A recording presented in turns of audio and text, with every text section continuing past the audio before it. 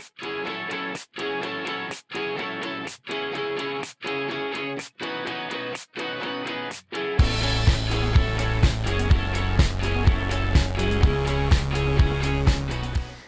is a great honor to receive André Cheong.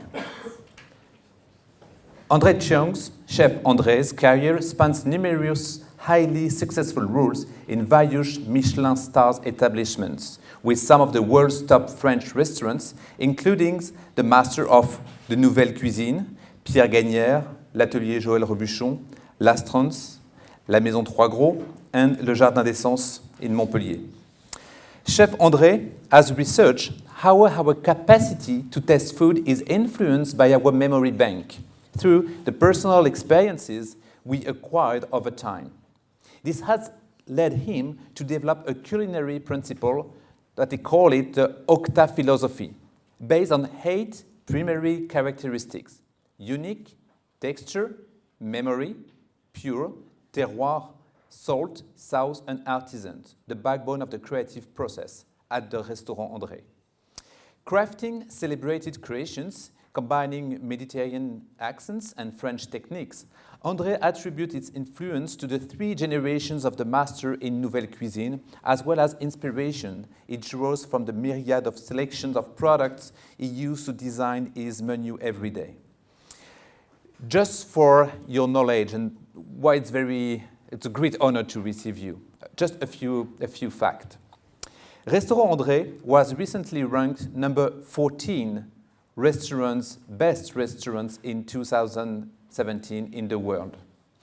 Joining Restaurant André is number 2 in Asia Best Restaurant 2017, best restaurant in Singapore, as is other restaurants, Burnt End Singapore, number 10, and Raw Taipei, number 24, and best restaurant in Taiwan.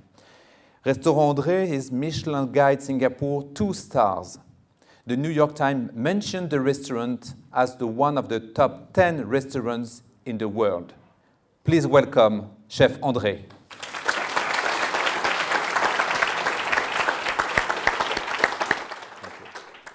Thank you. Hello. Okay. Hi, I'm Andre. So today, very happy to be here at ISEC. I just want to take this morning and just to share with you a bit of my story and what do I do, and of course the topic that how far can progress take us. First, it's just just a short introduction about me. But a lot of people don't know that I'm not originally Singaporean. My parents are Taiwanese. I was born in Taiwan and I left when I was little. And I stayed 2 years in Japan. I arrived in France when I was 15. So I arrived in Montpellier. I spent 17 years in France. Until 10 years ago, I passed my 30th birthday. And then, so the next day morning I woke up and I said, oh my God, Andre, you're 30 years old. What you gonna do? You're gonna still stay in France forever, or maybe you go somewhere else? And I started my own business. So that's where I decided to come back to Asia, since I know so little about Asia, and arrived in Singapore and started my own business. So I've been here for nearly 10 years. Yeah, and that's how I started. So it's a very interesting topic about how can progress take us. I did a lot of things the past 10 years since I arrived in Singapore. A lot of people consider Andre as a successful chef, successful entrepreneur, or a successful Asian working in Europe and then back in Asia. So before we talk about progress, I want to talk about first what is the qualities or the qualities to success, and then we're going down to how does that happen, and then how can progress lead us. So what is the quality of success? First is passion, of course. Yeah, you must know why you were doing it, and then what is your first intention of what you want to do. My mom was a chef, so I started since I was little, and she had a Chinese restaurant in Japan. So I left Taiwan when I was 13, and then I joined her in Tokyo. And I want to be a chef because my brother and my sister, they're all not into food. So I thought I'm probably the only kid's going to take over my mom's business. So I arrived in Japan and I worked with my mom in my mom's kitchen at the age of 13. After 2 years, and then I said, oh, okay, it's still too young. I was 15. So I said, I want to travel a little bit. I want to learn something different so I can come back and help my mom, or probably bring some new idea. So at that time, I said, okay, what is the best cuisine in the world at the age of 13 or 15? I said, Chinese, Japanese, and French. And I'm Taiwanese, I'm Chinese. I know very well the Chinese cuisine. I live in Japan, and French cuisine for me seems to be something that's really far away. So I say, I want to learn it. So I say, I want to go to France. I want to learn French cuisine. So once I arrived there, I realized that's something that I really want to do, because every technique has a name. Every dish has a story behind. And that's something so emotional to me. Because, in my mom's kitchen, she always said, just do what I said. Don't try to be creative. I don't want you to change anything in my restaurant. This is the way I want it. Yeah. So no one ever asked me how do I feel. The first time I had to work in a kitchen in France, and the chef asked me, what do you think? I said, I don't know. Since I was a kid in the kitchen, in my mom's kitchen, she never asked me, what do I think? Yeah, you just say, you just do it. Just do the way I ask you. So that totally changed my mind that, cooking is emotional. It's creative. You can express your message, your feeling through a medium, and then to talk about your story. So that's my passion. Then slowly, people tell you, Andre, you can cook. So you start to build up your self-confidence. Oh, I can create, I can cook. I was working in my entire career, I never worked in a restaurant that's not 3-star Michelin. So, which means that every day, since I was 15 until now, every day I work 15 hours a day. And that's probably my life. But, when you're the Chinese, you work in the probably the top restaurants in the world, and you work with the best of the best. When someone says that, hey, Andre, you can cook, and that builds up your self-confidence, and then you start to say, oh, okay, this is something that I want to do. I want to continue doing what I do. So I told my mom, I said, I'm not going back to take over your restaurant. I want to continue doing what I do. I feel this is something I want. Then I continue. So that's where I decided to stay on in France, and I work with the best of the best. A vision. There's always a time that when do you know that it's time to move on, or it's time to say, okay, now I want to do something on my own. When is the right timing? For me, being a chef or in the kitchen, is that you work with the best chef in France, and there will be one day when you're cooking, and then you said, if I were him, I would put a little bit more lemon juice. If I were him, I would cook it a little bit less. If I were him, I would put a little bit more spice. And that's when you start to have a second thought, Instead of, oh, okay, this is what I do. Okay, he asked me to put more salt in, this is what I do. You start to have your second thought. And that's where I feel that it's time for me to go back to Asia. Because something really interesting is that when I was in France, when people ask me, Andre, where are you from? Obviously I don't look French. So they ask me, Andre, where are you from? I always say Taiwan. And then second thing is that they say, so what about Taiwan? What's over there? I say, I don't know. I left when I was little. So after the second year, I changed the way that I replied. I say, Andre, where are you from? I say, Montpellier.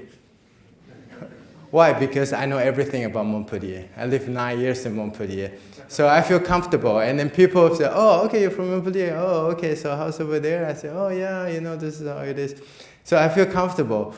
But there's always a part missing of me being Asian, and I don't know much about Asia. And so I thought that was the time for me to move on. And then everything that we do, the consistency is very important. Especially nowadays, we're in a world that's moving so fast. And you're going for a barbershop, or you go for a fast food or any restaurant. The first time you go, it was really good, and the second time it was okay. Then the third time it was, it's totally off. Then you're not going back to that place again. So in our industry, consistency is everything. Yeah. So how to keep that consistency? Just a very simple example. The Restaurant Andre, our mother restaurant, we opened in 2010. So it's 8 years. So within that 8 years, I'm in my restaurant every day. As long as the Restaurant Andre open, I'm in the restaurant. Every time when I travel, we close Restaurant Andre. Why? Because that's consistency. Imagine that I'm also a customer. I also go to other restaurant, or a very good restaurant. But if I go there, you have a great dinner, and then you look at and you want to speak to the chef, and the chef is never there. And then it's good, but something is missing.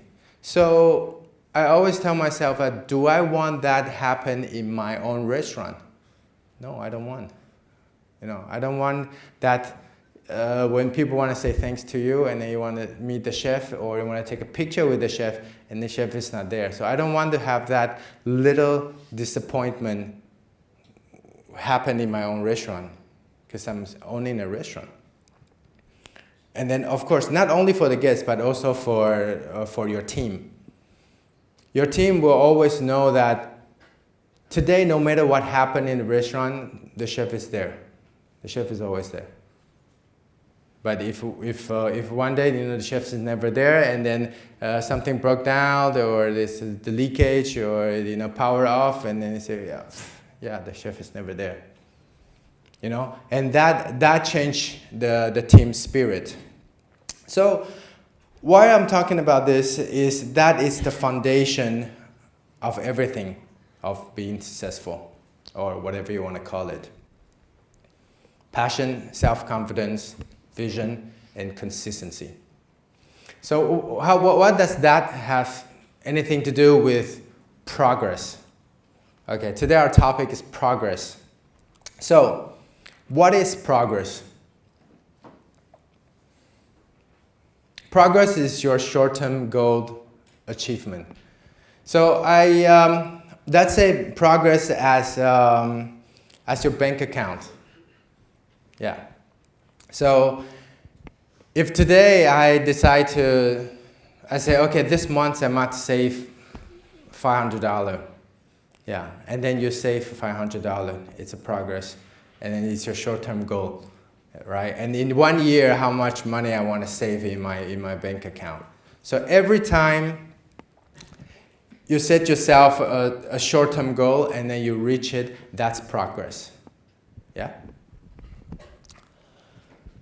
So I divide progress into different sections. First of all, progress is practice. Why?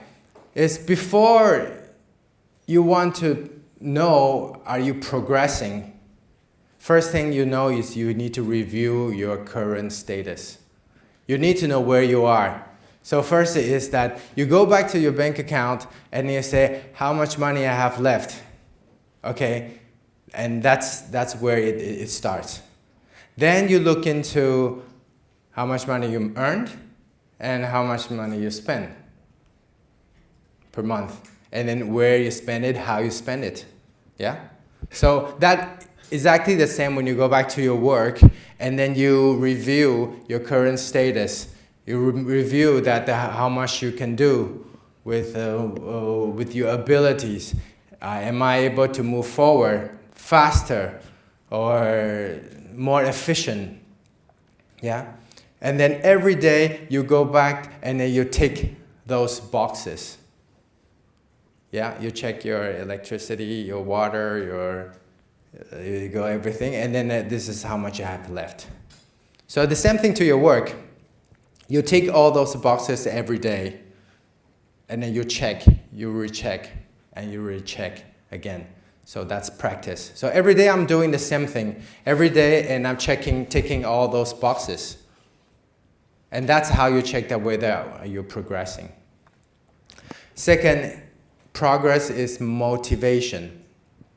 What is a motivation? Because you set yourself a goal, and then you know that, oh, I'm planning to save for $500 this month, and I'm saving $520.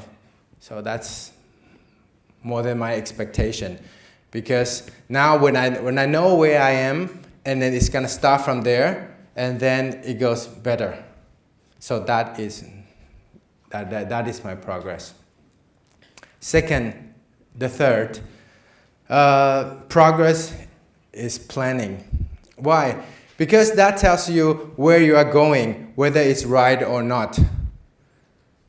Okay, you open a restaurant, you open a business, and then first you know that how much you have left. And then you see that you set yourself a goal, and then you see the progress. And what is your long-term goal? That how much money you want to save. And then you work, you know that every time when you tick those boxes and then you get more than you expected, and then that at the same time motivates you, and also that reconfirm that I'm on the right track, I'm on the right direction, or do I have to readjust myself to reach the goal? So for me, that's progress. So how do I apply that into my business? That's start to talk about Restaurant Andre and Restaurant Andre Group. This is something that we serve in our restaurant. Yeah. Okay, how the Restaurant Andre Group developed 8 years, 10 different concepts. Okay, we opened our first restaurant in 2010, and then today we have 10 different concepts. How do we do that? First, I want to share with you is that for all the restaurants, started from our first restaurant until our 10th concept, these 10 concepts, we didn't borrow a single dime from the bank. Yeah. So everything is one road after another, without getting any loan from the bank. We started from very little, and that's how it works. So what do we do?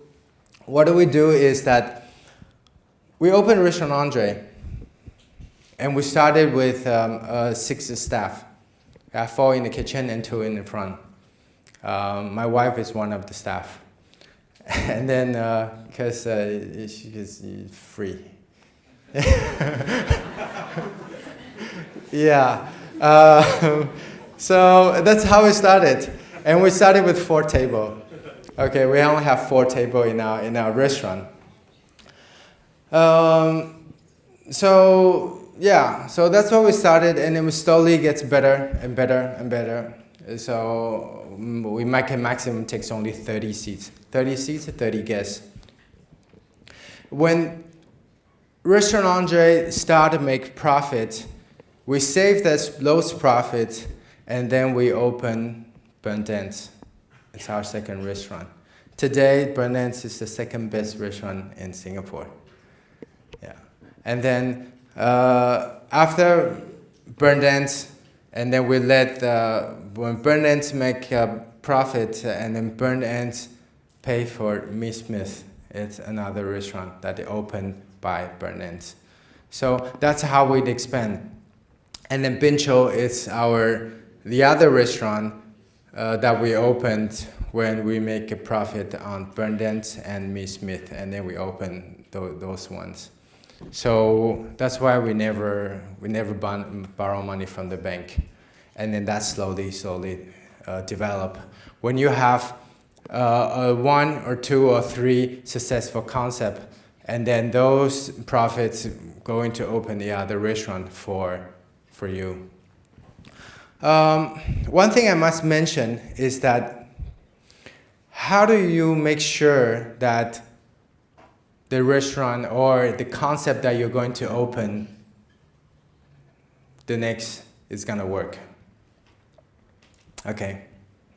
I always said the most successful restaurant is the restaurant that is packed all the time. Yeah, it's not how many stars you get, or it's not how many restaurants 3 Michelin star today and then it's empty. A lot. Yeah. So the most successful restaurant for me is the restaurant that is packed every day. And what is the best restaurant that you know? It's not the most famous restaurant. The most successful restaurant or the best restaurant is the restaurant that is needed. So here we have 10, we will never repeat the things that we do. Restaurant Andre is a French restaurant. Bundance is Australian barbecue. Bincho is a Japanese restaurant. Porte Douce is modern Parisian. Miss Smith is American. Raw is Taiwanese. The Bridge is Chinese, and so on. So none of the concepts are identical. Why? Why we just don't just open Restaurant Andre 1 or Restaurant Andre 2, Restaurant Andre 3, and we just duplicate, and you don't have to think. Think about it. If I pull Restaurant Andre out and then plant it in London or in, I don't know, your neighborhood, it might or it might not work. Why? Because it might not be needed. If your neighborhood needs a bakery shop because that area doesn't have a bakery shop, then open a bakery shop. Or open an ice cream shop that sells bikes and t-shirts. I can do that.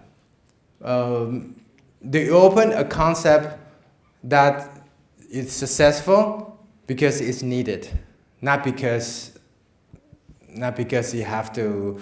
It has to be the only thing that you do.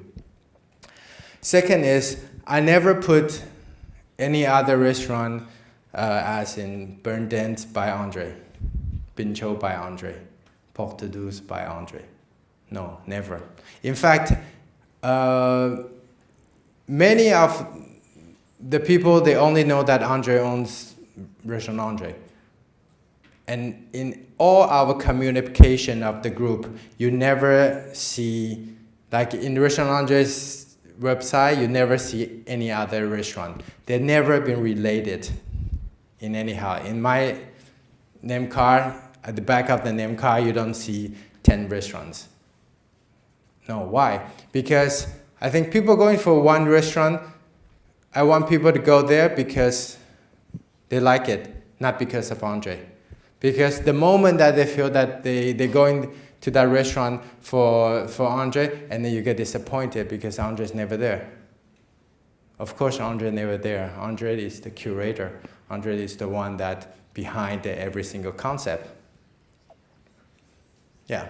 So we have a very different strategy in terms of setting up our concept, or how we rolled out the one after another. So maybe I'll go into a little bit of detail so that you can see all our different restaurants and the styles and how we do. So first is Restaurant Andre. So this is how we started. Yeah, it's a White House, the shop house that built in 1922. So it's nearly 100 years old. It used to be a private house. So still today we want to keep it very intimate. And what we serve is something really, really personal. Yeah, because if you walk into a place that's just like a house, and then I wanted to, the host has to be there. So me and my wife has to be in there, and that space makes sense. And so when you walk in, you don't see tables and chairs. So you see a reading area, and then after reading area, you see the living room, and you go out to second floor, and then you see tables, and then you go third floor, you have a library, a bedroom, and so it's something really personal. So most of the time when we create a concept, we think about where we are, the history of it, and how we want the guests to feel. We want the guests to feel when you walk into a space and you walk into someone's house. Yeah, and so we don't have a menu. We create the menu on the daily basis. Burn dance. So burn dance, it's an interesting concept that, everywhere in the world, every city, you have a place that where chefs hang out. And then I don't find it in Singapore when I first arrived here. So I said, like, why? There's always like a fried chicken shop or burger joint, or it will be always a place when you being a chef and you're after work and you say, yeah, I'll see you there. As a pizzeria, and then that's where all the chefs gather around. And then have good food and beer, good music, good vibe. But it's something really weird when I first arrived here, and there's no place that for chefs to hang out to get together. So that's the reason that we create the burn dance. And the fact is, every night you see a lot of professionals, you see a lot of chefs goes there, and then they open late. Something that we just use is simply wood fire. So no electricity, no gas, just 100% wood fire with the real charcoal. Bincho. Bincho, this is Japanese yakitori. Another interesting story is that we passed by that place, and there used to be a noodle shop. A Singaporean noodle shop, a place with a very old lady, twins. So it's 70 years old twins lady that doing traditional Singaporean noodles. But that place is for rent. So I passed by this place. It's really cool, small community. And then I said, oh, this is a really cute place. So we try to rent that place and then turn that into a yakitori place. Because Tiong Bahru is a very old community, so it means that when your neighbors, they all been there for year after year, so everybody knows each other. So when you start to do something in that old community, everybody come and see, hey, what's going on? What's over here? And then you have together like a bunch of neighbors and try to know what's in there. And we say, oh, it's gonna be a Japanese yakitori. He said, no, we don't want. Why? Because this is the noodle shop, it's been there for 30 years. We grew up with that noodle shop. So now you're gonna chase away that noodle shop and then turn that into some whatever restaurants. We don't want it. So that's a bit of challenge at the beginning. So I said, what should we do? What should we do? We have to make those neighbors happy. Otherwise, we're never gonna work. So my idea was to keep that noodle shop as our signage. So we keep that noodle shop. So I talked to the lady. I said, I'll give you the space. I'll give you the space to do the noodle shop. Yeah. I said, so how much you pay for that? He said, oh, 30 years ago, we paid for $500 per month for that space. 30 years ago. I say, okay. And today, I give you the same space for $500. And then so she stays there, and she's very happy, and she's doing the same thing. So what we do now is that we give that space for the noodle shop. So when you go there, you only see that noodle shop. Unfortunately, we don't have it here. And then only when you walk through the kitchen toward the back, and then you see that 12 seats yakitori place. And then toward the end, you have the bar of the whiskey bar. So in a way that we keep that noodle shop that everybody loved it, and that also creates something very intimate at the back for the restaurant. So the neighbors are happy, and we're happy, and people still going there for breakfast, for their noodles, and then they know that there's something interesting at the back. So that's how every time when we see a space, we're not just trying to force a square into the space, but you have to somehow work it out and then see what the community needs, and then create something that is exactly for them.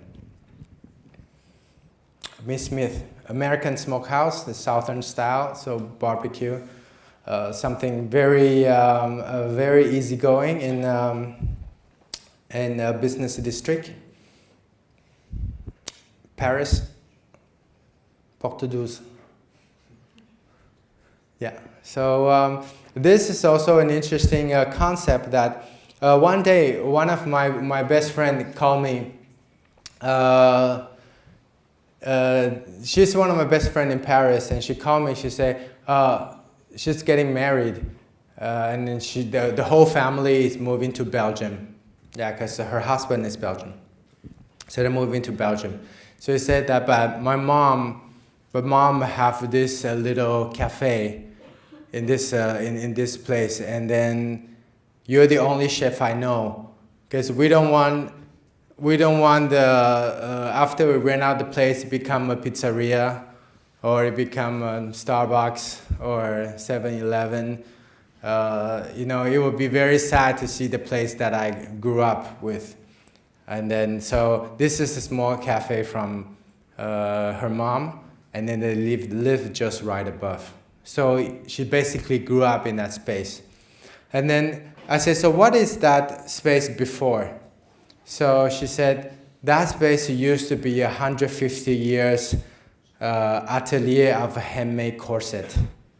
So I said, wow, that's beautiful.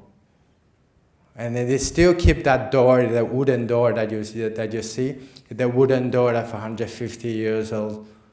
So when you walk through that street, you only see one wooden door that carved number 12 on the top.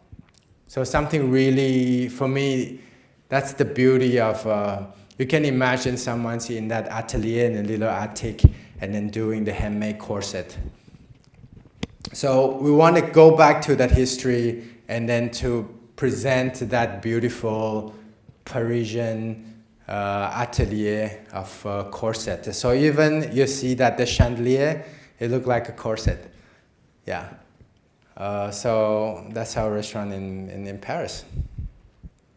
Taipei, raw. I'm Taiwanese, so for me to have a restaurant in Taiwan, it means a lot to me. We want to create a gift for Taiwan. So this is the gift for Taiwan that we use everything that is built with Taiwanese material. Everything is from Taiwan, from the 100% Taiwanese produce, 100% Taiwanese, from general manager until dishwasher, they're all Taiwanese. So you don't have a British bartender or Italian maitre d'. And then we follow the Chinese micro season. So 24 micro season a year, and then we create a 24 micro menu. Every micro season, we pick only 21 ingredients that is at the peak season. So Taiwanese people were very proud of our own produce. We have one of the best vegetables and seafood and fruit. Because in Taiwan, we're a small island, the weather changes very fast. It's not really 4 times a year. You know, the weather changes really fast. That's why every micro season is very different. So I think that is something really interesting for Taiwan. So that's how we build up the menu. Let's build up something that is according to Taiwan. So some of our dishes. So everything is about 3 ingredients. So 3 ingredients. Every season we pick 21 ingredients. So every dish has 3 ingredients. So that composes a menu of 7 dishes. Chengdu in China, that's the one that we just opened in January 2018. It's a Sichuan cuisine. Very interesting is that I want to show you this bridge. So the bridge was discovered by the Marco Polo. In the Marco Polo's journey, and talk about 3 bridges in China, and this is one of the bridge. And so this restaurant is built on that bridge. Yeah, that's what it's called, the bridge. And then one thing that I found out very interesting of this bridge is that I don't want to highlight on the bridge itself, but what I found is that there's 4 animals that already on the bridge is carved, like you know, in the churches you have those gagui. And then so that's what I found in that bridge. So what is this? And I go back and I discovered these are the son of dragon. So you know that the only person that can wear a dragon is the emperor. Only the emperor can wear the yellow and the dragon in China in the old time. Only the emperor. So someone that is in high status, they don't wear dragon. They wear the son of dragon. So dragon has 9 sons, and they are different guardians. They are guardians of river. They're guardians of gourmet. They're guardians of building. They're guardians of creativity. They're guardians of weather. So I found these 4 guardians on that bridge. So I said, this is so cool. And we want to use that for guardians. Just this 4 is on that bridge is out of this 9 sons. So that means this bridge used to be owned or is something really precious, because if you are a lower rank, you will not be able to even have a guardian. And this bridge has 4 guardians that guarding this bridge. So that becomes the symbol of the bridge. And the guardian of the roof, the guardian of the water, because it's on the river, and the guardian of gourmet, and the guardian of design. So yeah. And that's some of the dishes, some Sichuan style. Chengdu's in Sichuan, and then we turn it into something to really, slim, really elegant. Something interesting is that people will think about Sichuanese cuisine always is spicy, but when you go back to the history, that 300 years ago, there's no chili in Sichuan. So before 300 years ago, that Sichuanese cuisine is very simple. It's very pure. So what we're trying to do is not just to introduce chili in that dish, but in that restaurant, but a lot of things that is more than 300 years ago.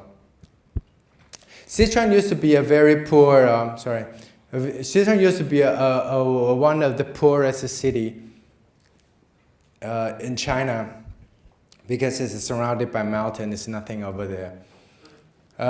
So chili, salt, oil, this is something that you see a lot in Sichuan cuisine today. But chili, salt, and oil, those are the three things from rich people.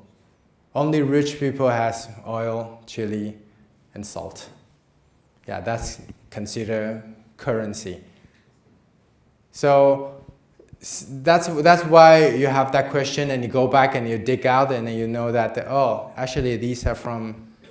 So way before Sichuanese cuisine wasn't like this. Sichuan cuisine is like this, or it's like this. So yeah, and every different projects that give me a different an inspiration. So this is something that about to happen. I see it as the most beautiful pop-up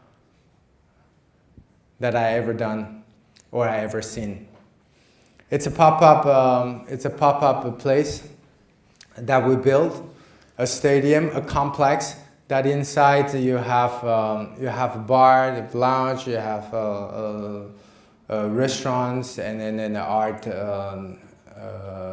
gallery. So everything is recycled. So we build everything from scratch. Everything is recycled, and then you build it, and then after a few months, and you take it down. So inside also we use a lot of things that is recyclable. Pigeonhole, that's also about to happen soon. That we use a modern avant-garde cocktails. So it's a cocktail bar.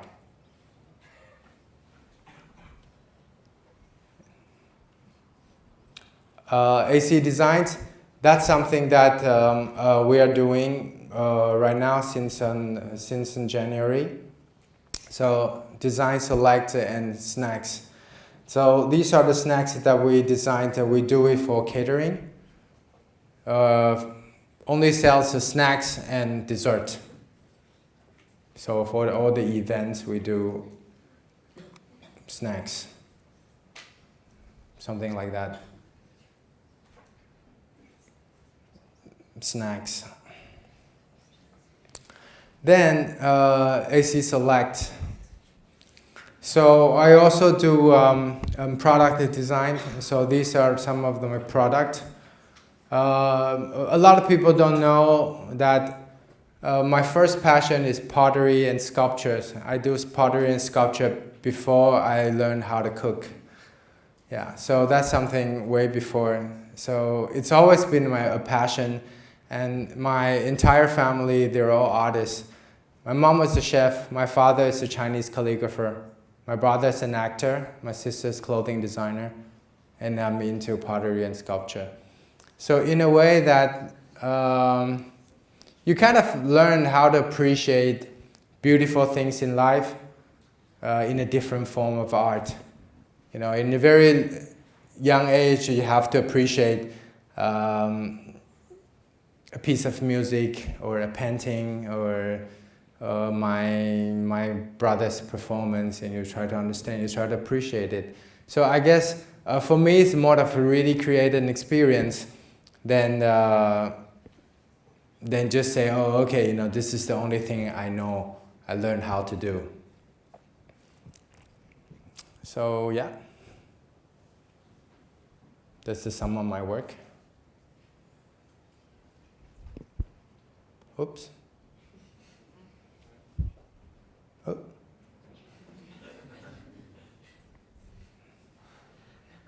Can you go back to that page?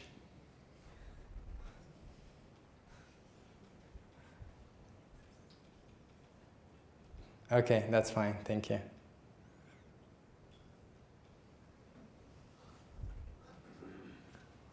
Okay. AC design. That's what I do. This is my sculpture. Yeah. It's 250 kilo of wood that we reclaimed, recycled, that we do for building the restaurant, and then I collect them, and then I do something out of it. And the way that we sculpture the wood is very different. Is when I put them together, every different type of wood has a different density. Some are hard, some are soft. So I don't use a knife to cut it. What I use is sandpaper. So what I do is you just keep touching that wood, for like a million times, and it will naturally come up with the shape of what it's supposed to be when you put them together. Because some woods are harder than the other, or some part of the wood is closer to the bark, so it's harder, and then you just keep touching it with the different grains of sandpaper, and then you see that shape is start to come out little by little. It's a very different way of sculpturing. So that's me. So endless progressing. So you must have a question at the end. Is it gonna continue of progressing? Is it gonna continue of growing until one day become a monster? Of course not. So review your status. You still have to go back to day one. You go back to your day one, you tick all those boxes. Like I said, review your current status. You go back and then you still tick the boxes of everything that you do every day. That is to ensure that you're on the right track. That is to ensure that you know that nothing's gonna go out of your control. And then you continue progressing. Second is very important. Every time you reprioritize your goal. That could happen in two conditions. First condition is your next step. So I'm on the right track. The project is on the way and the project is progressing. So what's my next step? What's my next step to do? If that project is not on what you think, then you have to go into the next stage. So what do I do? Or do I readjust it? I have to retake all the boxes and to find out that what went wrong. Some of you might or might not know that at October 10th, just on our anniversary, 7 years anniversary, last year, I decided to announce my retirement, and I returned to my Michelin star. I said I don't want to be in Michelin Guide anymore. I returned to my ranking of the world 50 best restaurant, and including all my restaurants. So we don't want to be in the world ranking anymore. I want to go back to Taiwan, where I was born, to understand more of my culture and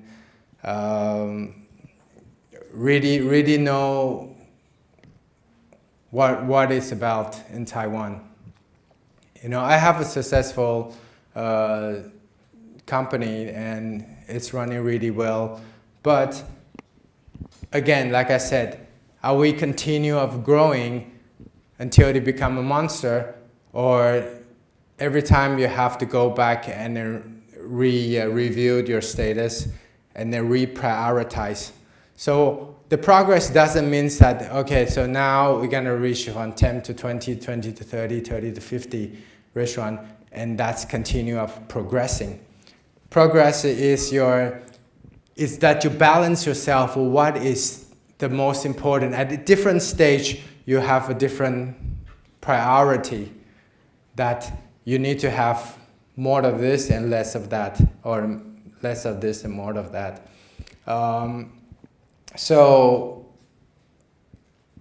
I want to share with you a story. A lot of people ask me the question that, Andre, why you decide to do this? You know, you're at the top of your game, or you're on the way to the top of your game. For me, you know, if you don't go back and take all those boxes, if you don't go back to reprioritize, and one day you become a monster that you don't know, or you know, you can go on and on and on. Yeah, that's why I'm saying that is that the endless progressing. For me, that's something that I really want to do. This 2 years ago, I guess that plants a seed in my heart. 2 years ago, in the World 50 Best ceremony, they announced the #1 chef in the world is the Italian chef Massimo Bottura. And he's a very, very close friend of mine. And I think if anyone ever found that picture, and you'll see that there was one picture that I'm holding his head like this, like we're about to kiss each other on that stage, because we were that close. So at that time, he talked to me and he said, Andre, on that end of the stage, he said, Andre, you know what? You have to be very, very proud of yourself. You know it. I say, yeah, why? And he said, you know, for me, you're the Bruce Lee of culinary world. Because I said, oh, that sounds really cool. He said, you know that you're the only Chinese in the history that ever be on that list, and you have to be very, very proud. Second thing is, I don't see the next 5 to 10 years to have anyone can replace what you do. So that was the moment that I feel, wow, you know, I never thought about it. But I wasn't happy at that time, because think about it, in Asia, they have so many great restaurants, so many great chefs. Why never ever have a Chinese chef that work up there? It's something about how to train a chef in the progression of being a chef.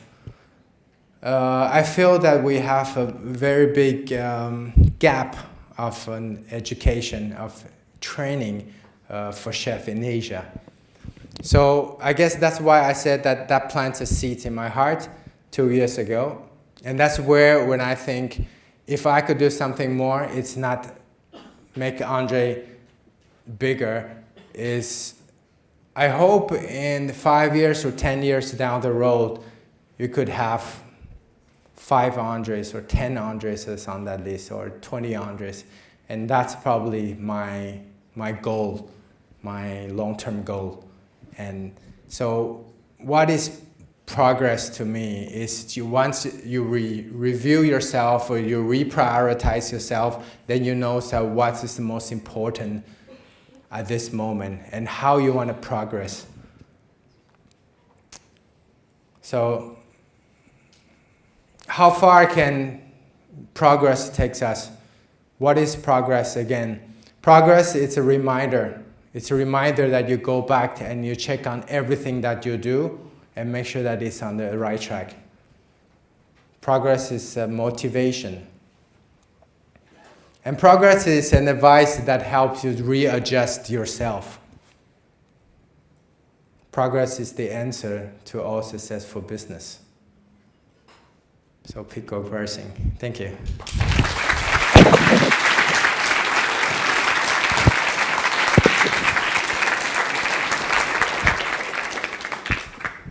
Thank you very much. A very inspiring conference about your life journey.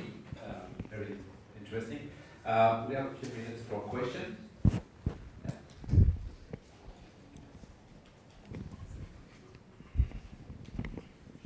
Thank you very, very much for your talk. I have two questions.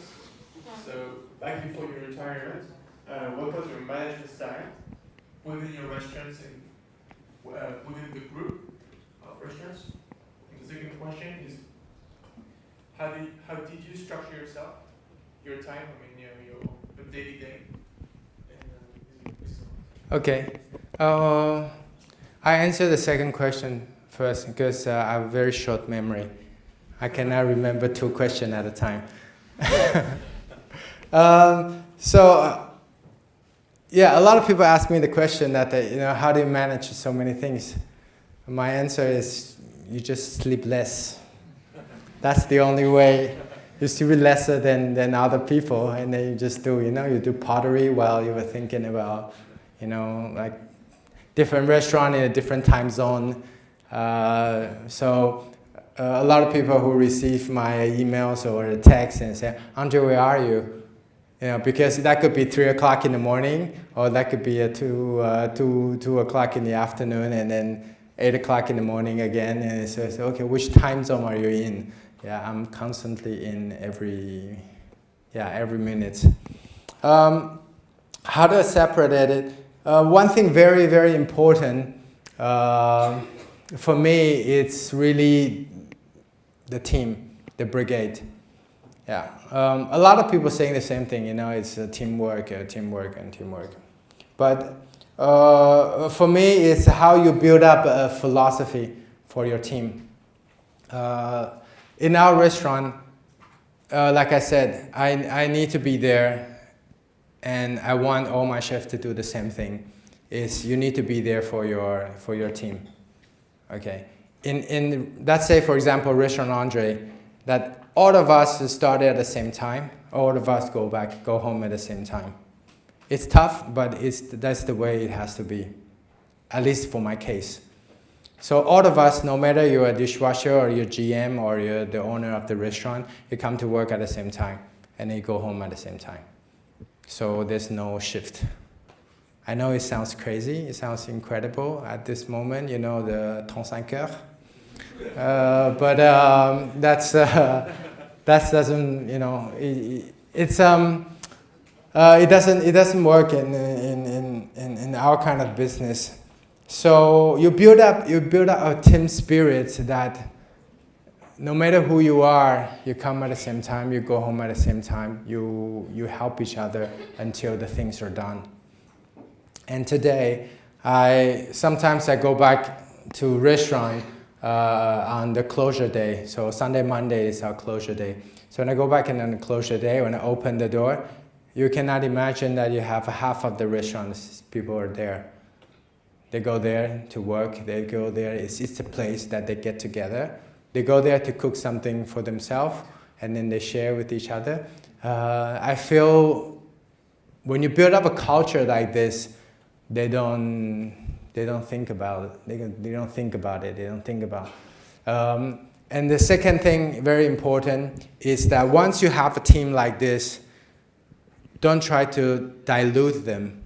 So a lot of entrepreneurs that they made a mistake while they're expanding is that, okay, now I have a restaurant, I have a successful restaurant. I'm opening a second restaurant, so I send my manager there, and then my third restaurant I send my sommelier there, or I send my chef there.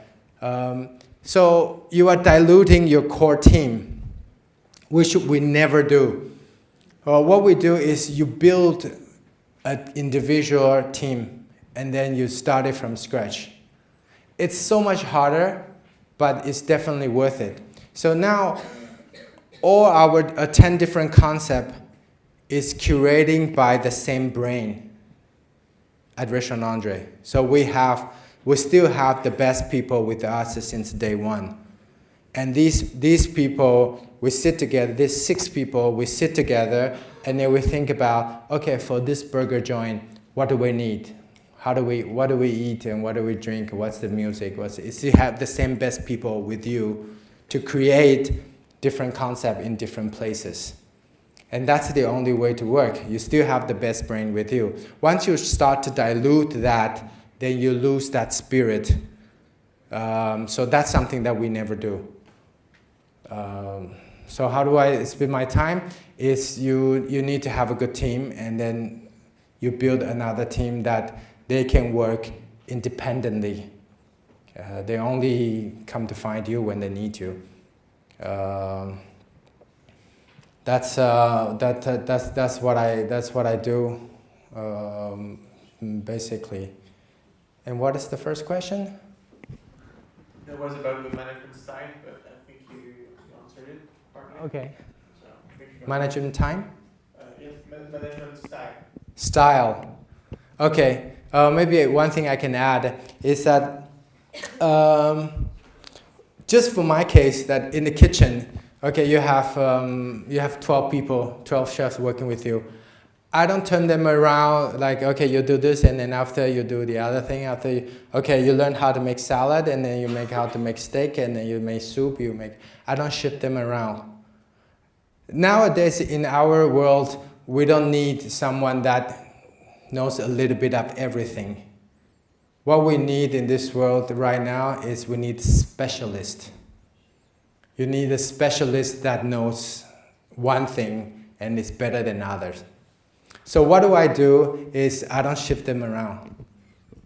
The first 1 or 2 years, they have to touch a bit of everything. And through your observation, you know that, okay, this girl, she's very good in taste.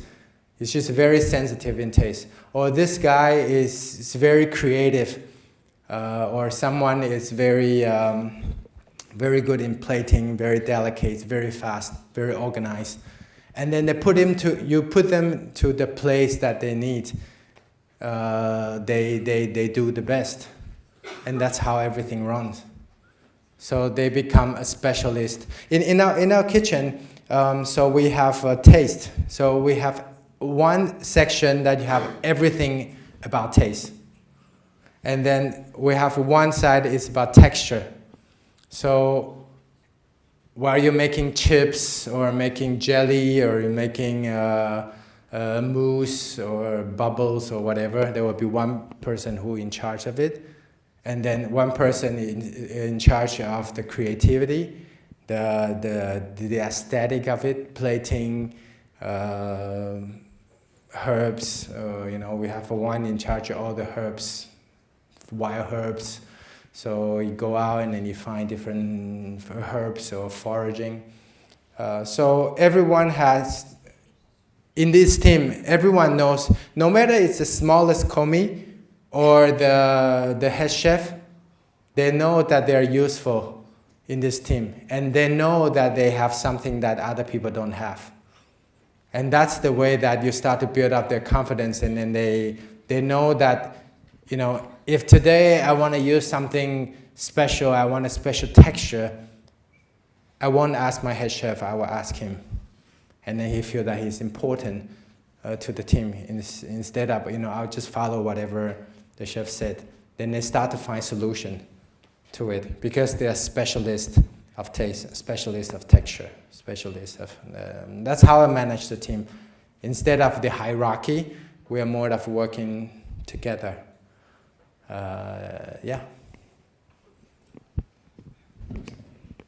Question? Yeah. Well, any questions? I'm free this morning. Hello, thank you for your talk. So you said that the decision-making process is pretty centralized. It's you and your core team. Then what place do you leave for people in your other kitchens when they have maybe ideas? Maybe the guy who makes the mousse has an idea. Do you take this into account? Is there like a common creativity process that takes place? Yes. Very, very good question. So at Restaurant Andre, as an example, we have lunch and dinner.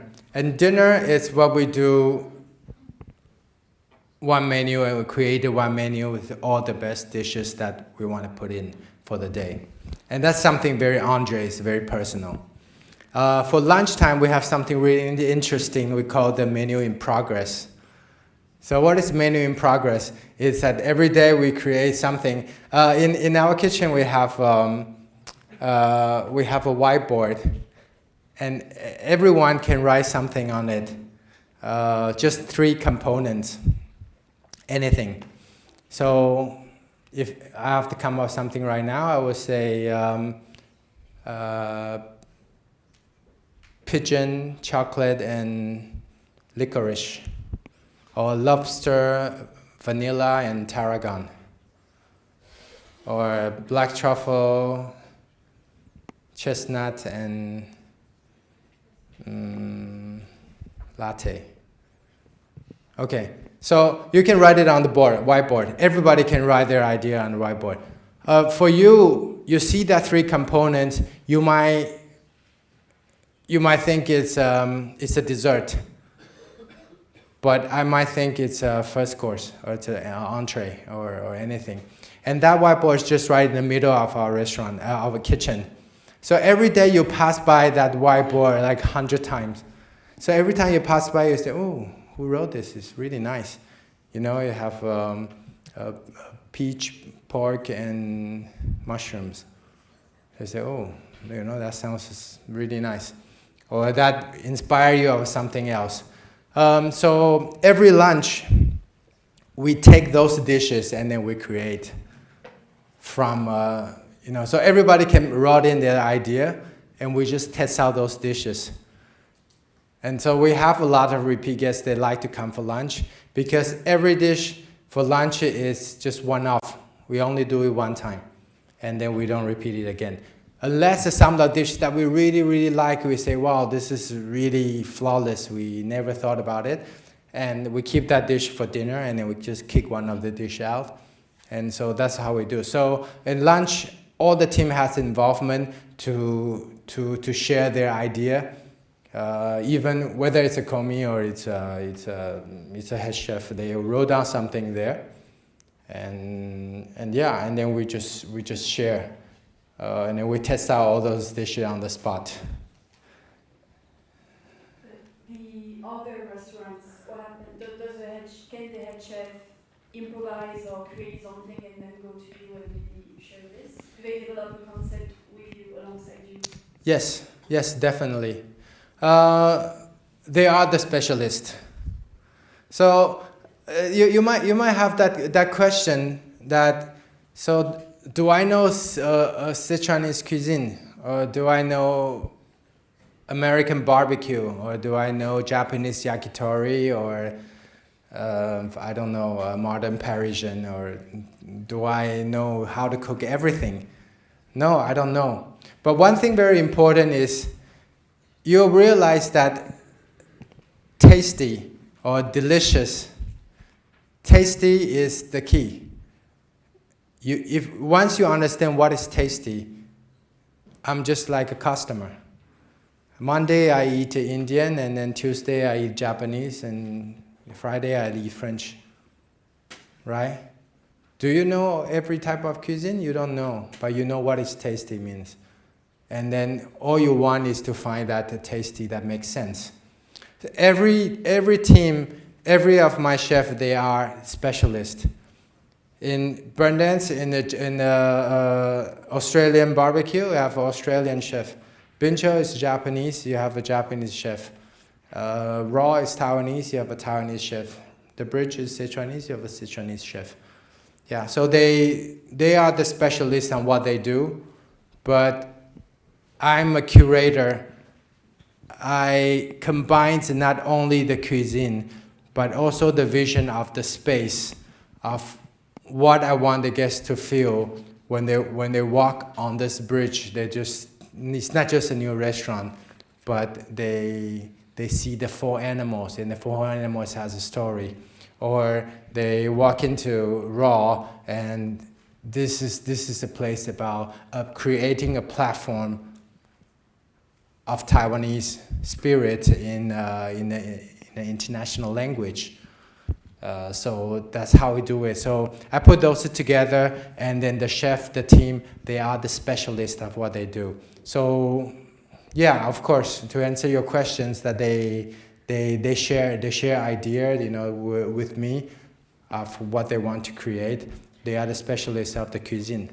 I'm only a chef of Restaurant Andre, but in a way that you created a different platform for these specialists. Yeah, thank you.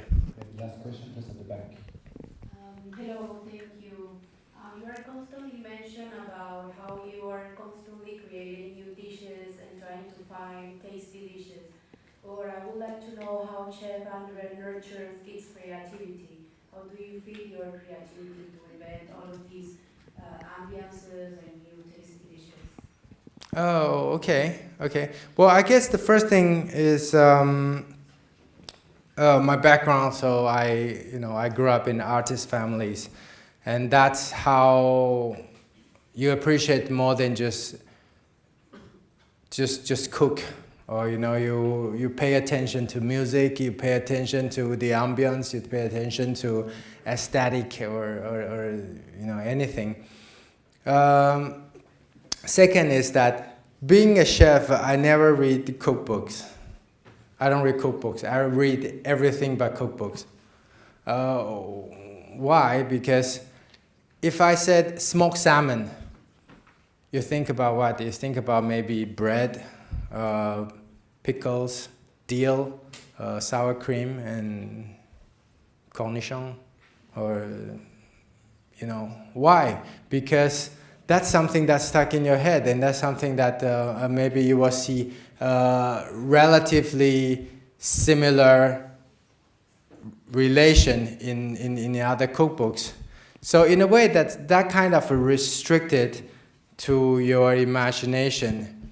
I see, I read the fashion magazines. I look at the photography, sculpture, architecture,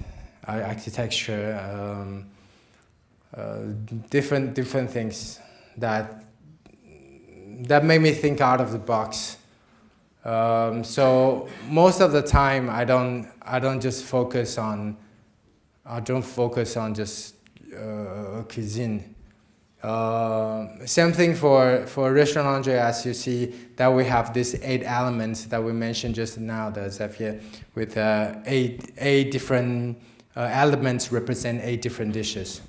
That also to say that the creativity or inspiration doesn't come from one place, but from many different dimensions.